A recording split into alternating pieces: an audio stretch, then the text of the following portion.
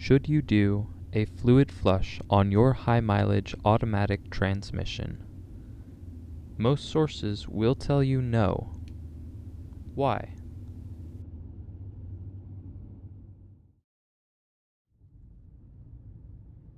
According to Cars.com, on cars with over 100,000 miles that have never had a service, a flush can sometimes dislodge deposits and cause more harm than good. These deposits can be a variety of things, from worn clutch and internal friction material to debris that makes its way into the transmission through various entry points, such as worn seals or fluid fill points. These deposits can make their way around the transmission, and larger clumps can clog filters, screens, and ports.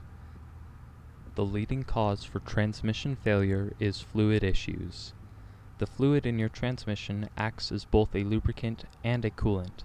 Making sure to keep the fluid clean and properly full will extend the operational life of the transmission. Transmission fluid also breaks down over time. Age will affect it, but nowhere near as much as heat cycles.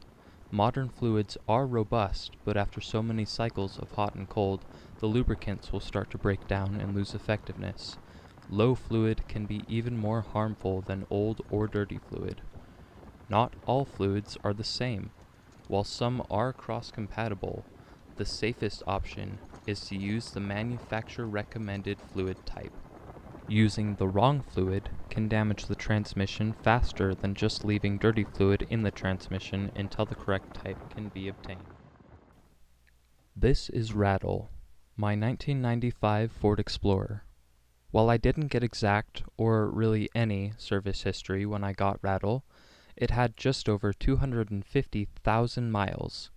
I drove it home with, among other issues, a flashing overdrive off light, which signals a transmission fault on the OBD1 cars. The fluid looked old, it smelled old and worn, it tasted old. I planned a fluid and filter change, ordered the filter and gaskets, and upon inspection of the owner's manual, acquired the factory-recommended Dex Merc 3. To my dismay, the transmission lacked a drain plug, so I loosened the pan bolts carefully and drained it all from the pan, a notable amount draining into my hoodie. At the bottom of the pan was a small layer of very fine shimmery sludge. I removed the filter and using a fresh rag, wiped out the pan and the mounting surfaces on the transmission. I put the new filter in, set the gasket in place using some grease to keep it from moving, and bolted the pan back to the transmission. I refilled the fluid and went for a test drive. Initial signs showed success, but after a few heat cycles, the flashing overdrive off light came back. My fix had failed. I began to research and look for alternative fixes. Forum posts from other Explorer owners experiencing the same issues had success with swapping the original Dex Merc 3 for the newer Mercon 5. The newer fluid, having better lubricants and cleaning agents, would help unstick the solenoids and improve transmission performance. Several other users confirmed the fluid to be interchangeable. I prepared for my next transmission fluid shower, ordered another filter, and picked up the new fluids. The process was the same. The fluid was cleaner this time around. I still soaked my shirt. But after bolting the pan back into place and refilling the transmission again, I was finished. It's been nearly 10,000 miles since, and I have yet to experience any issues.